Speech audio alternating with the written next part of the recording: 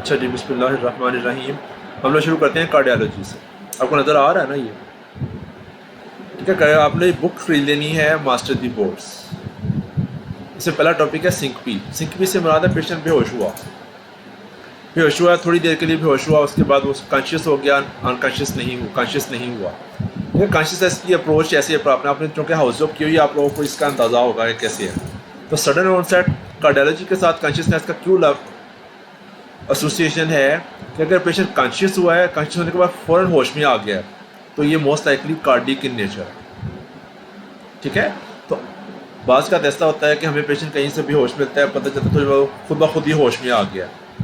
तो हम लोग उस चीज़ का सोच रहे होते हैं कि इसको कोई दिमाग की काज होगी, इसको कोई ड्रग का, किसी ने कोई ड्रग दे दी है, किसी को हाइपोग्लाइसीमिया हो गया है। अगर आपको सिनेरियो आए इम्तिहान में, पेशेंट अनकॉन्शियस हुआ था लेकिन सडन इन ऑनसेट था और सडन दोबारा ही वो वापस कॉन्शियस रीगेन कर लिया, तो आपने सोचना है इसको दिल का मसला था।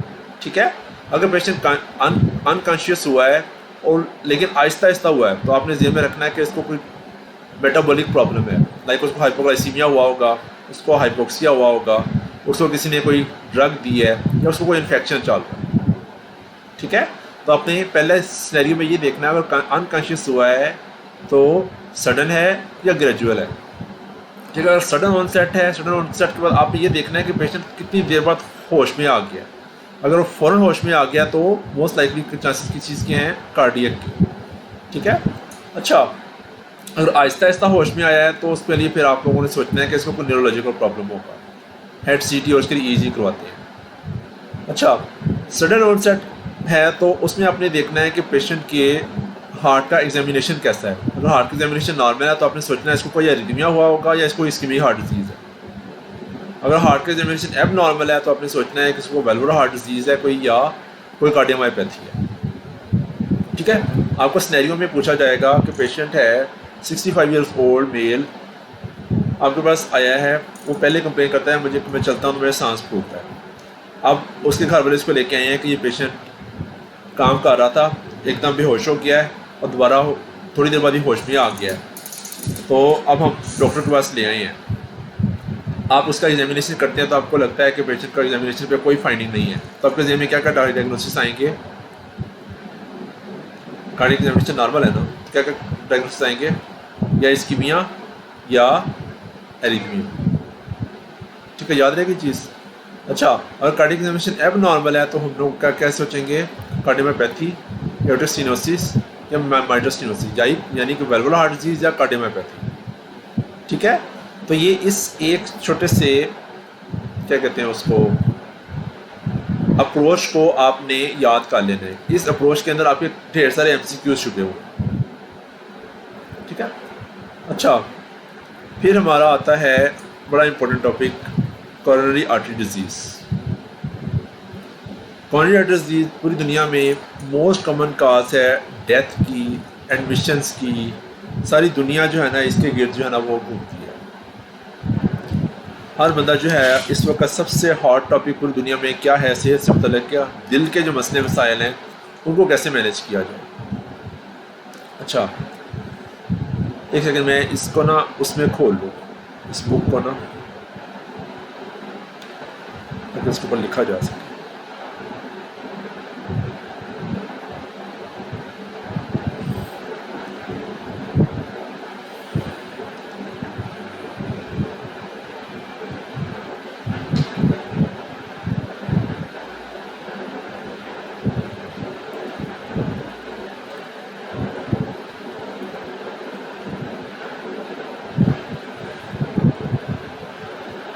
अच्छा जी, अब आप कोरोनरी आर्टरी डिजीज़ के साथ लफ्ज़ याद रखें एथेरोस्क्लेरोसिस का।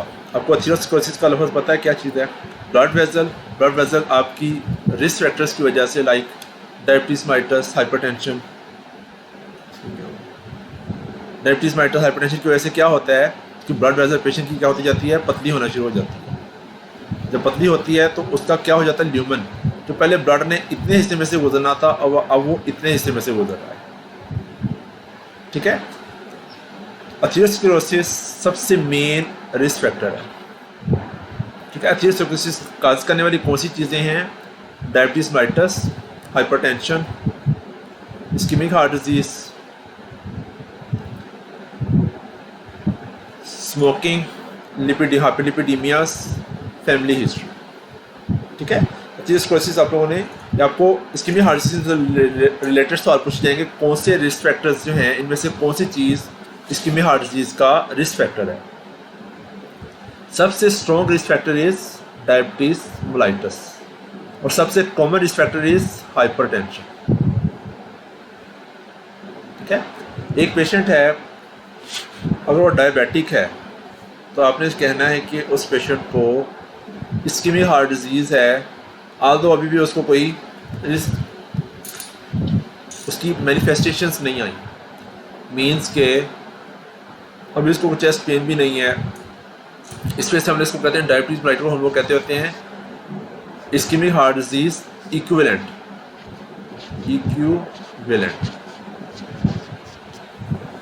ठीक है, अच्छा जी। फैमिली हिस्ट्री में आप लोगों को क्वेश्चन पूछा जाएगा कि कौन सा पेशेंट है जो आप कह सकते हैं कि इस पेशेंट का रिस्क फैक्टर के तौर पे देखा जाएगा। अगर उसके वालिद साहब को लेस दैन 55 ईयर्स की एज में मसला हुआ है और वालदा को लेस दैन 65 ईयर्स की एज में मसला हुआ है हार्ट का, तो ये लोग पेशेंट होते हैं जिनको हम लोग कहते हैं कि ये फैमिली हिस्ट्री इनकी स्ट्रॉन्ग पॉजिटिव है। ठीक है, फर्स्ट किया एक बंदा है, उसको 45 साल की उम्र में MI हो गया, तो क्या उसके बेटे को at the age of 20 years risk होगा कि नहीं होगा? तो एट द एज तो उसको ये एक स्ट्रॉन्ग रिस्क फैक्टर है, क्योंकि उसको pre mature cornea artery disease हुई। ठीक है, only pre mature cornea artery disease is a risk for the patient, इस चीज़ को याद कर। अच्छा, हाइपरलिपिडीमियास में लफ्ज़ याद रखना है LDL। ठीक है, सॉरी एक सेकंड, मुझे फ़ोन आ रहा है।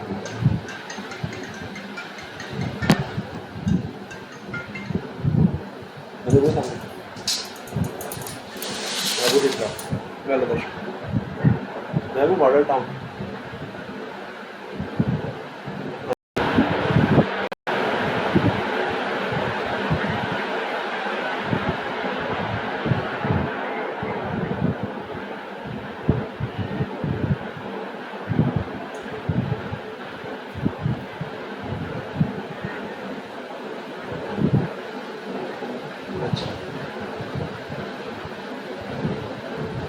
चलो ठीक है, मैं चेक करना।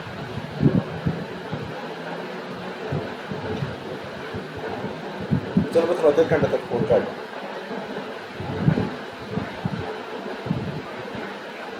मैं तो करता हूँ।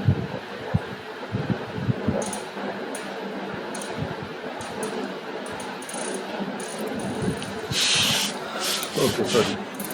अच्छा, इस्कीमिक हार्ट डिजीज़ का लफ्ज़ याद रखना है LDL। ठीक है, इंक्रीज्ड LDL और डिक्रीज्ड HDL। आपने हाउस जॉब की होगी, आपने देखा है कि पेशेंट को आप देते हैं, आपकी पर्सनल रिपोर्ट ले आता है डॉक्टर साहब मेरी यह रिपोर्ट देखो, कोलेस्ट्रॉल बढ़िया होया, तो आपने उसमें आपको जहन में आता है इसमें क्या चीज़ देखनी है। उसमें आप देखा करें LDL और HDL का level. LDL is a bad cholesterol और HDL is a good cholesterol. HDL का ज़्यादा होना ज़रूरी है और LDL का कम होना ज़रूरी है इस्कीमिक हार्ट डिजीज़ से बचने के लिए। ठीक है, अच्छा, वो वाले रिस्क फैक्टर्स तो हैं लेकिन बहुत ज़्यादा सिग्निफिकेंस नहीं है, कि कुछ लोग होते हैं फिज़िकल इनएक्टिविटी नहीं भी करते लेकिन उनको हार्ट का मसला नहीं होता। कुछ लोग हैं जो अल्कोहल नहीं भी पीते लेकिन अल्कोहल ढेर सारी पी लेते हैं, उनको भी हार्ट का मसला नहीं होता। Physical activity, alcohol, vegetables, fruit का ना खाना, इमोशनल स्ट्रेस, CT स्कैन पे कैल्शियम स्कोर का रेज्ड होना, PET स्कैन, ये सारे हैं less reliable coronary artery disease. ये हम लोग उस वक्त करते होते हैं पेशेंट के जब हमें कोई काज ना मिल रही हो। ठीक है, like physical inactivity, alcohol injection, fruits और सब्जियों और फलों का इस्तेमाल ना करना, इमोशनल स्ट्रेस और कार्डियक सीटी स्कैन, कार्डियक सीटी पे कैल्शियम स्कोर और पेट स्कैन। ठीक है। अच्छा, अब आपको क्वेश्चन आता होता है कि पेशेंट को इस्कीमिक हार्ट डिजीज हुई, वो कैसे मैनिफेस्ट होगी, पेशेंट कैसे क्लिनिकली प्रेजेंट करेगा। तो most common presentation is chest pain. तो चेस्ट पेन जो है, इस्कीमिक हार्ट डिजीज की चेस्ट पेन का जो स्पेसिफिक फीचर्स हैं वह एक डल है।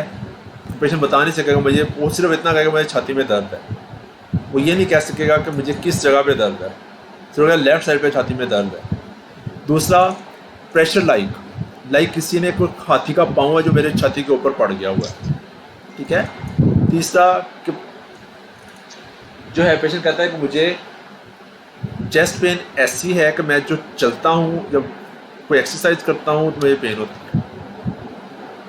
ठीक है। अच्छा, अगर पेशेंट कहे कि मुझे ऐसी दर्द है जैसे किसी ने चाकू घुमाया है, या ऐसी दर्द है कि जो कहे कि थोड़ी देर हुई थी लेकिन ठीक हो गई है, ये हार्ट की वजह से नहीं, किसी और वजह से। ठीक है। अगर पेशेंट कहता है कि मुझे चेस्ट पेन है ऐसी है जैसे किसी ने कोई दबाव डाला हुआ है, जैसे कोई चीज़ बंधी हुई है, जैसे कोई मेरी छाती के गिर्द किसी ने कोई घेरा डाल लिया हुआ है, तो मोस्ट लाइकली हार्ट डिजीज। और स्पेसिफिक पॉइंट्स इसके क्या हैं, एक्सरसाइज से वर्सन होती है और रेस्ट करने से बेहतर हो जाती है। ठीक है। एक्सरसाइज से ज़्यादा होती है और रेस्ट करने से ठीक हो जाती है। अच्छा, जो चेस्ट पेन रेस्पिरेशन के साथ ज़्यादा होती है उसको हम कहते हैं प्लूरेटिक चेस्ट पेन। प्लूरेटिक चेस्ट पेन से क्या हो रहा है, पेशेंट कहता है मैं सांस गहरा लेता हूँ तो मुझे दर्द होती है, सांस में नॉर्मल लेता हूँ तो मुझे बाहर निकालता हूँ तो दर्द बेहतर हो जाती है। ठीक है। अगर चेस्ट पे आप हाथ लगाएं तो टेंडरनेस हो, तो ये भी इस्कीमिक हार्ट डिजीज की वजह से नहीं होती, ये लोकल काज होती है कोस्टोकॉन्ट्राइटिस की वजह से। ठीक है। अच्छा, ये उसके क्लासिकल प्रेजेंटेशंस क्या क्या हैं, कैरेक्टरिस्टिक्स क्या हैं। ड्यूरेशन अंजाइना में greater than 2 minutes, less than 10 minutes. और आगे हम पढ़ते हैं एक्यूट कॉर्निक सिंड्रोम क्या चीज़ होती है। एक्यूट कॉर्निक सिंड्रोम में चेस्ट पेन आपकी 10 से 30 मिनट के लिए रहती है। अगर आधे घंटे से ज़्यादा रह जाए तो इसको हम लोग कहते हैं पेशेंट का MI है। प्रोवोकिंग फैक्टर्स किस चीज़ से ज़्यादा होती है, physical activity, cold, emotional stress. Patient को चेस्ट पेन के अलावा इस्कीमिक हार्ट डिजीज की क्या क्या मैनिफेस्टेशंस आ सकती हैं। शॉर्ट ऑफ ब्रेथ हो सकता है पेशेंट, मतली हो सकती है, डायफ्रोसिस, डिजीनेस, लाइट हेडेडनेस और फटीग। बाज़ का ये वाली सिम्टम्स होती हैं, हम लोग उसको हार्ट के खाते में देखते ही नहीं हैं। ठीक है। डायफ्रोसिस, डिजीनेस, लाइट हेडेडनेस और फटीग।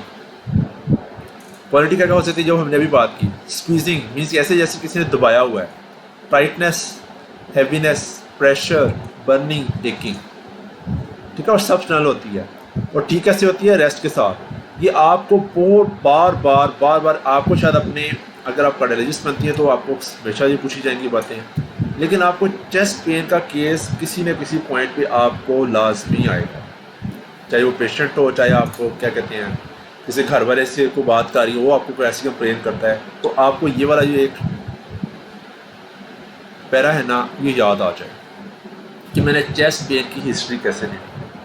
तो चेस्ट पेन में सबसे ज़रूरी चीज़ क्या है, हार्ट डिजीज़। अगर किसी पेशेंट को ये वाली इनमें से कुछ भी है ना, जो एक्सरसाइज से ज़्यादा हो रहा है और रेस्ट से ठीक हो रहा है, उसको फ़ौरन अपने ECG, कार्डियक एंजाइम्स, एंजियोग्राफी जो भी इसकी हैं वो लाजमी करवाने चाहिए। ठीक है। अच्छा, अब हम लोग चेस्ट पेन का डिफरेंशियल डायग्नोसिस डिस्कस कर लेते हैं। इसमें से अन्य बात सवाल पूछते हैं। अब वो क्वेश्चन आएगा, पेशेंट को चेस्ट पेन है लेकिन उसको चेस्ट पे हाथ लगाने से दर्द होती है, तो क्या है डायग्नोसिस, कोस्टोकॉन्ड्राइटिस। एक पेशेंट है वो कहता है कि चेस्ट पेन है, सडन ऑन ऑनसेट थी और बैक को रेडिएट हो रही है। बैक को रेडिएट होने के साथ ही क्या हो रहा है, इस पेशेंट को उसके जब चेक करते हैं तो ब्लड प्रेशर राइट आर्म में डिफरेंट है, लेफ्ट आर्म में डिफरेंट है, तो क्या डायग्नोसिस है, एओर्टिक डिसेक्शन। एओर्टिक डिसेक्शन क्या चीज़ होती है, एओर्टिक डिसेक्शन ये होती है कि आपकी जो ब्लड वेसल है ना, सॉरी डिसेक्शन का पता है क्या चीज़ होती है, एओर्टिक डिसेक्शन क्या चीज़ होती है,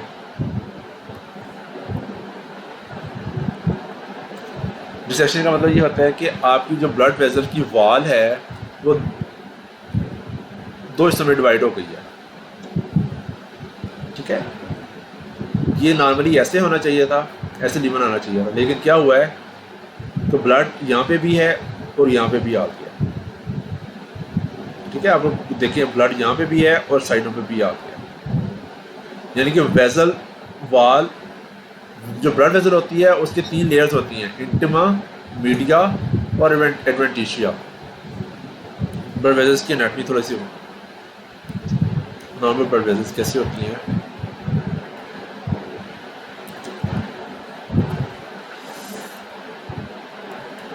ब्लड वेसल लेयर्स ये आपको पूछी जाती हैं उसके अंदर स्टेप 1 में, पार्ट 1 में। अंदर सबसे basement membrane, tunica intima, tunica media और ट्यूनिका एडवेंटिशिया, ठीक है। सबसे अंदर ये वाली लेयर होती है, इसके अंदर से यहाँ से ब्लड गुजर रहा होता है। ब्लड जब अथीरोस्क्लेरोसिस होगी तो क्या होगा, यहाँ पे हाइपरलिपिडीमियास, डायबिटीज मेलिटस की वजह से प्लेक बनेगा। प्लेक बनेगा तो क्या होगा, ये हिस्सा डैमेज होगा। डैमेज होगा तो क्या होगा, ब्लड जो है इसमें से टिकल डाउन होकर इन लेयर्स के दरमियान आ जाएगा। इन लेयर्स के दरमियान जब आता है उसको हम बोलते हैं एओर्टिक डिसेक्शन। एओर्टिक डिसेक्शन समझ लगी नहीं, ये ब्लड वेसल है, यहाँ से ये उखड़ा है, उखड़ के ब्लड यहाँ से अंदर दाखिल हो गया, तो 2 ल्यूमन क्रिएट हो जाते हैं। एक ये ल्यूमन है, एक ये ल्यूमन है, दोनों तरफ ब्लड है, इस तरफ भी ब्लड है, इस तरफ भी ब्लड है, समझ लगी, ठीक है। तो एओर्टिक डिसेक्शन का सिनेरियो आएगा कि पेशेंट को चेस्ट पेन है, सडनली ऑनसेट हुई है, ब्लड प्रेशर चेक किया तो दोनों आर्म्स में डिफरेंट है और blood pressure chest pain back को रेडिएट हो रही है, ठीक है। तो उसका सिनेरियो याद रखिए, किस चीज़ का सिनेरियो है, एओर्टिक डिसेक्शन का। अच्छा, इसमें एओर्टिक डिसेक्शन में हम लोग पेशेंट क्या करवाते हैं, चेस्ट एक्सरे, सीटी एमआरआई और एकोकार्डियोग्राफी। चेस्ट एक्सरे पे हमें क्या नजर आएगा, आगे मेरे पास ये पूरा टॉपिक आएगा एओर्टिक डिसेक्शन का। अभी हम लोग सिर्फ उसका डिफरेंशियल डायग्नोसिस डिस्कस कर लेते हैं कि पेशेंट चेस्ट पेन के साथ आए तो आपके जेहन में क्या क्या डिफरेंशियल्स आए एकदम। अच्छा, दूसरा पेशेंट कहता है कि मुझे चेस्ट पेन है और सांस लेने से ज़्यादा होती है, सीधा लेटने से ज़्यादा होती है, और आगे मैं झुक के बैठूँ तो ठीक हो जाती है। तो क्या चीज़ है, पेरिकार्डाइटिस। पेरिकार्डियम क्या चीज़ होती है,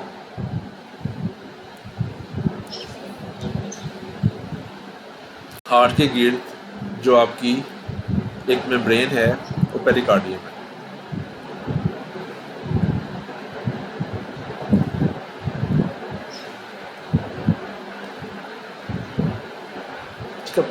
पता ना इसका, ये हार्ट है, हार्ट की जो मेम्ब्रेन है ये पेरिकार्डियम है, ठीक है।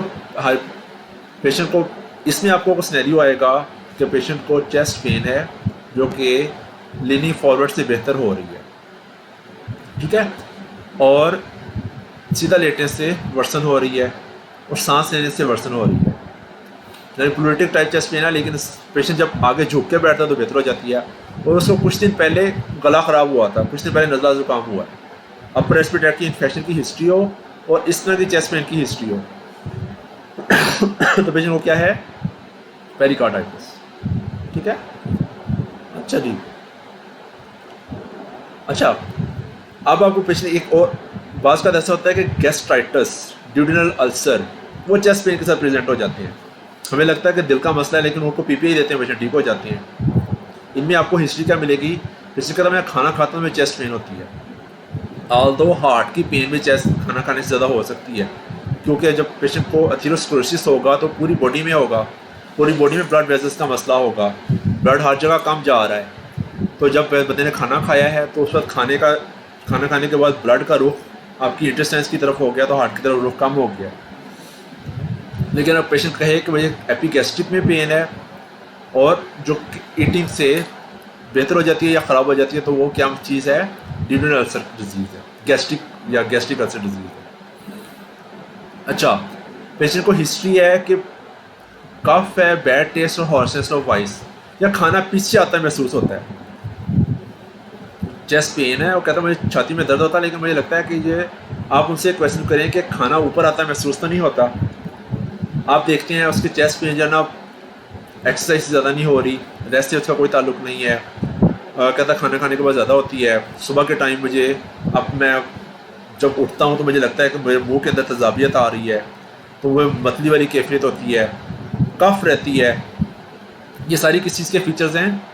गर्ड के। ठीक है, गर्ड ने, चेस्ट पेन ने आपकी जान नहीं छोड़नी। आपने खुद हाउस जब क्यों, आपको अंदाज़ा होगा कि क्या कहते हैं उसको, जब पेशेंट एमरजेंसी में या ओपीडी में आप लोग चेक कर रहे होते हैं तो सबसे ज़्यादा किस चीज़ के केसेस आते हैं?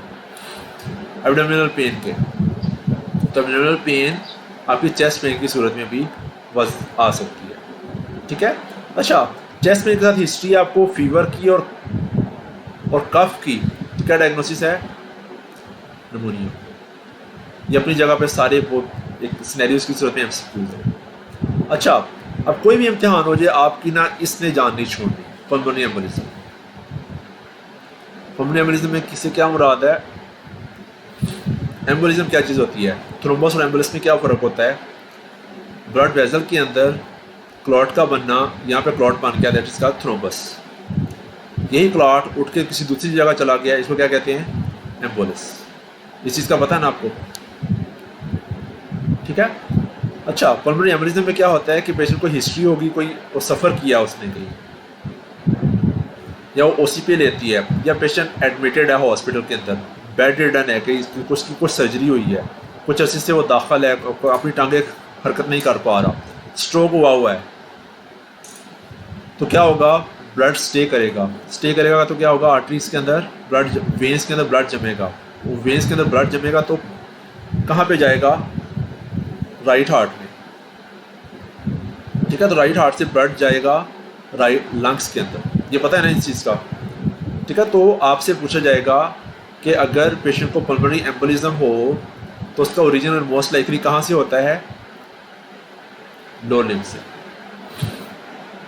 ठीक है, लोअर लिम्ब से साफ सा आ रहा है, उधर ही पेशेंट क्लॉट वहीं पे बना है।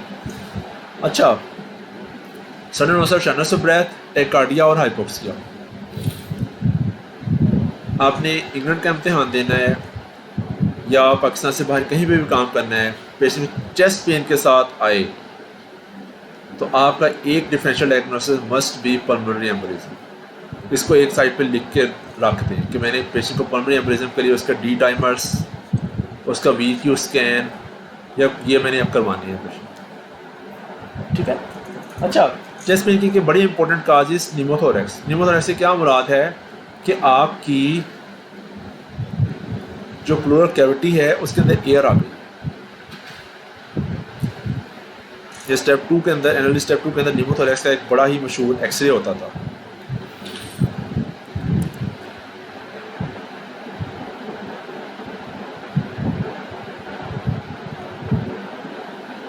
पता जा रहा है ना?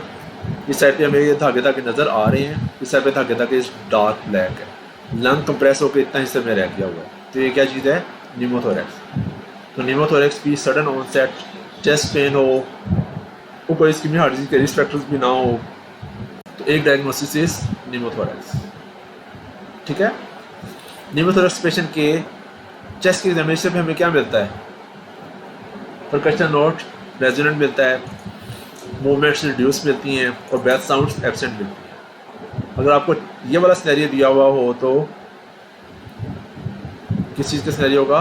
निमोथोरेक्स का। अब आपने क्या करना है? होमवर्क, इस पेज की पिक्चर ले लें या बुक आप डाउनलोड कर लें। मेरे फ़ोन में बुक है, मैं आपको फॉरवर्ड कर देता हूँ। आपने पोस्टर को राइट, इन सारी जो 5 डिजीज़ हैं ना, इनका एक छोटा छोटा सिनेरियो बनाना है। आपको इसमें से कोई ना कोई सिनेरियो किसी न किसी फॉर्म में इम्तिहान में लाजमी आएगा। ठीक है, अच्छा, जब पेशेंट को आप सस्पेक्ट करें कि इसको इस्कीमिक हार्ट डिजीज है तो उसके लिए हम टेस्ट क्या करवाएंगे? सबसे पहला टेस्ट क्या है? ECG। ठीक है, ECG अगर पेशेंट विदिन 15 मिनट्स पहुंच गया है हॉस्पिटल के अंदर तो हो सकता है उसकी ECG भी नॉर्मल हो। समझेगा नहीं? आपको लग रहा है कि यार इसको रिस्क फैक्टर भी हैं, इसकी चेस्ट पेन भी सजेस्टिव है और ECG इसकी नॉर्मल है, तो क्या काम करेंगी आप उस पेशेंट को कहेंगे आप थोड़ी देर लेट जाएं, अब मैं 5-10 मिनट बाद आपकी ECG रिपीट करवाऊँगा। ठीक है, क्योंकि हो सकता है उस वक्त तक इसी चेंजेस ना आई हो। तो best initial test is ECG. ठीक है। अच्छा, दूसरा test is enzymes, cardiac enzymes. Cardiac enzymes क्या चीज़ होते हैं? जब आपको आपके हार्ट के सेल्स को ब्लड नहीं पहुंचेगा तो क्या होगा? सेल्स रप्चर होंगे तो सेल्स के अंदर से एंजाइम्स बाहर निकलेंगे। ठीक है, वही एंजाइम्स जब ब्लड में आएंगे तो क्या होगा? इन एंजाइम्स का लेवल इंक्रीज हो जाएगा। इसी वजह से जब हम लोग पेशेंट के कार्डिक एंजाइम्स भेजते हैं तो वो फ़ौरन पॉजिटिव नहीं आते, क्योंकि उनका लेवल कुछ देर बाद ब्लड के अंदर बनेगा। ठीक है, तो कार्डिक एंजाइम आपने याद रखने हैं कुछ, ट्रोपोनिन और सीकेएमपी और ट्रोपोनिन, ये दो सबसे स्पेसिफिक हैं। ठीक है, अगर आपसे क्वेश्चन पूछा जाए कि पेशेंट को कार्डिक एंजाइम्स कौन सा स्पेसिफिक है, मोस्ट स्पेसिफिक, तो क्या जवाब होगा आपका? ट्रोपोनिन।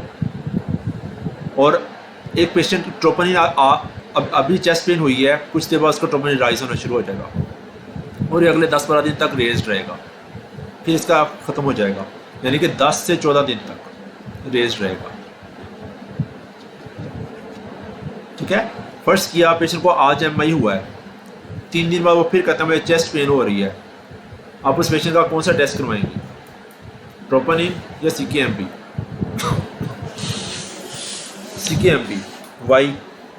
क्योंकि ट्रोपोनिन आपके पिछले एमआई का ही रेज आपको मिलेगा, जबकि जो सीकेएमपी है उसका लेवल 2 से 3 दिन में डिक्रीज हो जाता है। ठीक है, आपसे लफ्ज़ पूछा जाए री इन्फाक्शन का मार्कर कौन सा है? री इन्फाक्शन, तो वह सीकेएमपी। अगर पेशेंट कहता है आपके पास आया है कि डॉक्टर साहब मुझे ना चेस्ट पेन हुई थी आज से 10 हफ्ता पहले, आपने उसकी ईसीजी की तो कुछ भी नहीं आया, लेकिन उसकी हिस्ट्री बड़ी सजेस्टिव है, इसको इस्कीमिक हार्ट डिजीज़ लग रहा है, आप कौन सा टेस्ट करवाएंगी कि पता चल जाएगा इस पेशेंट को हार्ट डिजीज़ हुई थी? ट्रोपोनिन। तो ट्रोपोनिन हो सकता है उसका अभी तक पॉजिटिव हो। ठीक है, अच्छा, अगर इस पर भी आपको कुछ नहीं मिला तो आप पेशेंट को कहते हैं एक्सरसाइज टॉलरेंस टेस्ट करवाएं।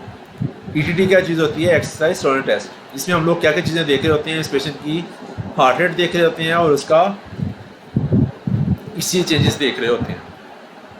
ठीक है, इसी चेंजेस पे क्या क्या देखना होता है? एसटी सेगमेंट, डिप्रेशन और हार्ट रेट। किसी पेशेंट का हार्ट रेट कितना मैक्सिमम हो सकता है? 220 माइनस एज, यानी पेशेंट की उम्र 60 साल है ना, उसका मैक्सिमम हार्ट रेट 160 हो सकता है। अगर 160 से ऊपर उसका हार्ट जाएगा तो उसका हार्ट रेट जाएगा, इसका मतलब उसको अंडरलाइन कोई अरिथमिया है।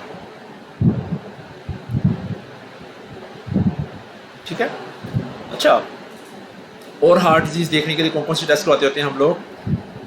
न्यूक्लियर आइसोटोप ऑप्टिक, इसमें थेलियम स्कैन बोलते हैं, और एकोकार्डियोग्राफी। एकोकार्डियोग्राफी में हम लोग क्या देखते हैं कि जो हार्ट का हिस्सा जिसका इस्कीमिया हो रहा है उसकी मूवमेंट डिक्रीज हो जाएगी, इसको हम क्या कहते हैं? वाल मोशन एबनॉर्मेलिटीज। इस वजह से आप लोगों ने देखा होगा कि जो पेशेंट जिसको इस्कीमिया हार्ट का खर्चा होता है उनको क्या एडवाइस करते हैं? एको करवाते हैं। अगर इस वक्त पेशेंट को इस्कीमिया हो रहा होगा, एक बंदे को मार पड़ रही हो, तो क्या होता है? उसका फंक्शन कम हो जाता है, उसका काम करने की सलाहियत कम हो जाती है। इस वक्त हार्ट को भी यही हो रहा है, अगर इस वाल की का इस्कीमिया हो रहा तो क्या होगा? इस वाल की मूवमेंट कम हो जाएगी।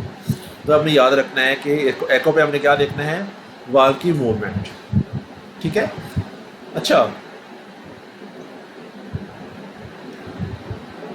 आपसे ये क्वेश्चन पूछा जाता होता है कि पेशेंट को क्या कहते हैं, उसको एक्सरसाइज करने पे ही क्यों करेंगे हम लोग थेलियम स्कैन या एकोकार्डियोग्राफी, या पेशेंट का हार्ट रेट ज़्यादा करने से क्यों मिलेगा? वही मैं बता रहा था, जब एथेरोस्क्लेरोसिस होता है तो ब्लड वेसल क्या हुई हुई है? पतली हुई हुई है। रेस्ट के ऊपर तो उसका ब्लड जा रहा है, लेकिन जब हार्ट रेट ज़्यादा हो जाएगा तो क्या होगा? उसको ज़्यादा ब्लड चाहिए होगा। ज़्यादा ब्लड चाहिए होगा तो क्या होगा? जब वो एक्सरसाइज करेगा या टैकिकार्डिया होगा तो उस वक्त उसको चेस्ट पेन होगी। ठीक है, तो उस वक्त उसका जो वहाँ पे एरिया होगा स्कैन पे वो आपको कम परफ्यूज नज़र आएगा। ठीक है। अच्छा, इसके लिए हम लोग एक और काम ये कर देते हैं, एडिनोसिन देते हैं डाइक्लोडोमेनामोल के साथ, और डोपामिन देते हैं हार्ट रेट बढ़ाने के लिए। ये दोनों काम के दोनों, अगर पेशेंट एक्सरसाइज ना कर सकता हो तो हम क्या करते हैं, उसका हार्ट रेट हमने बढ़ाना है ना, हार्ट रेट बढ़ाने के लिए हम दो दवाइयाँ देते हैं, एडिनोसिन या डोपामिन। क्या करेंगे, हार्ट रेट बढ़ाएंगे, हार्ट रेट बढ़ाएंगे तो क्या करेगा, ये हमें पता चल जाएगा कि इस एरिया में, इस एरिया का पेशेंट को मसला है। ठीक है। अच्छा जी, एंजियोग्राफी, एंजियोग्राफी बेस्ट टेस्ट है। एंजियोग्राफी क्या चीज़ है, बेस्ट टेस्ट है। ये आपको एग्जैक्ट ब्लड वेजल्स की लोकेशन दिखा देता है कि कहाँ पे पेशेंट को मसला है, किस आर्टरी में मसला है, और किस आर्टरी को हम लोगों ने वो करना है, रीपरफ्यूज करना है। ठीक है। अगर एंजियोग्राफी पे आपको लगे कि 1 और 2 वेसल इन्वॉल्व है तो उसको मैनेजमेंट में हम स्टेंट डालते हैं। अगर 2 वेसल या 3 वेसल, जिसको हम ट्रिपल वेसल डिजीज कहते हैं, वो है तो उसको क्या करवाते हैं, उसका कैबिज करवाते हैं। ठीक है। अच्छा, होल्टर मीटिंग, होल्टर मीटिंग क्या है कि पेशेंट कहता है मुझे दिल की धड़कन बेतरतीब महसूस होती है, लेकिन आप इसी करते हैं तो उसमें कुछ नहीं आता। होल्टर मीटिंग का मतलब रहता है कि पेशेंट को 24 से लेके 72 आवर्स तक उसको ईसीजी मशीन लगानी है। ठीक है।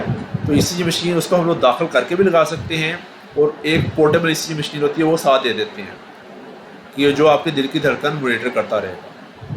ठीक है। ये बेसिकली के लिए होल्टर मीटरिंग होती है, किस चीज़ के लिए, रिदम के लिए, रिदम एवेल्यूएशन। अच्छा, अब आप थोड़ा इसको रिवाइज कर लें, फिर मैं इसकी मैनेजमेंट करवाता हूँ थोड़ी सी। ठीक है। इसका भी टाइम ख़त्म होने लगा, मैं 5-6 मिनट तक आपको दोबारा कॉल करूँ।